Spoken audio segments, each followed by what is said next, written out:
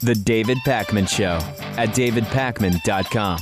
Welcome back to the show. davidpakman.com/netroots. Still going on for a few more days because we'll be broadcasting tomorrow from Netroots Nation 2012, where you have a option of saving 2012 off of a yearly membership or getting a free David Pakman Show t-shirt. So go to davidpakman.com/netroots to find out all about that. Pastor John Hagee is a senior pastor at Cornerstone Church in San Antonio, Texas. It's one of these non-denominational mega churches. It has more than 19,000 active members. He went to his congregation, I guess is the way to say it, and he was telling atheists to leave the country because they're not wanted and they won't be missed. Here's what Hagee had to say in what is clearly a passionate and intelligent speech, exactly. Saying that the Ten Commandments have been taken out of the courtrooms and out of the schoolhouses, lest we offend the atheists. Let me be very clear. This country was not built for atheists nor by atheists. It was built by Christian people who believed in the Word of God. All right, so let's stop there for a second. Actually, it's the founding fathers that would be the ones offended by having religion in the classroom, because they're the ones who made very, very clear that we needed total separation of church and state, not somewhat separation, not separation of church and state except when it comes to Christianity or particular brands of Christianity. So it's not the atheists that would be offended. Specifically, if we really want to go back, it's the founding fathers that would be offended by mixing religion with public schools, for example, or with the state. Absolutely. Hagee seems to be forgetting that, but let's keep listening to what the good pastor has to say. To the atheist watching this telecast, if our belief in God offends you, move. Yeah.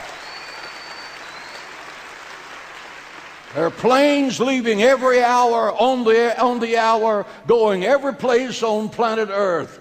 Get on one. We don't want you, and we won't miss you. I promise you. He promises. It's good that he's very fiery. Yeah. So this guy has to be doing more than almost anyone could to actually help the atheist cause, don't you think? Because he's so outrageously nuts. Oh, yeah. 100%, yeah. To give you a little background, this guy is the reason that atheists exist. Right. If it weren't for people like this, there would be no atheism, right. Maybe. Yeah. So Hagee, in 2007, Hagee said he doesn't believe in global warming.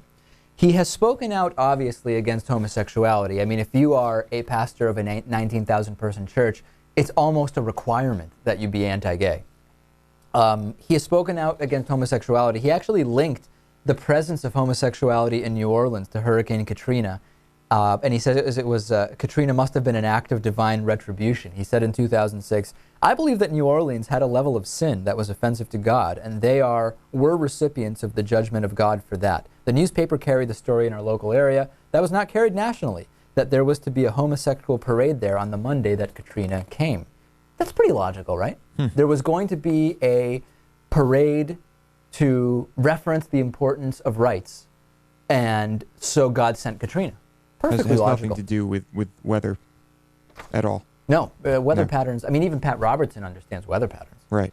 In 2005, in his book Jerusalem Countdown, Hagee said that the Bible, he interprets the Bible to predict that Russia and the Islamic states will invade Israel and will be destroyed by God. This will cause the Antichrist, the head of the European Union, to create a confrontation over Israel between China and the West. Very logical. He has blamed the Holocaust on Jews themselves. He said that Hitler's persecution was a, quote, divine plan to lead Jews from the modern state of Israel. He calls liberal Jews poisoned and spiritually blind. Of course, conservative Jews, I guess, are okay. He also admits that the preemptive nuclear attack on Iran that he favors would lead to the death of most Jews in Israel. So this is a guy we want to be listening to, isn't it? This is a guy, apparently, that 19,000 people want to listen to.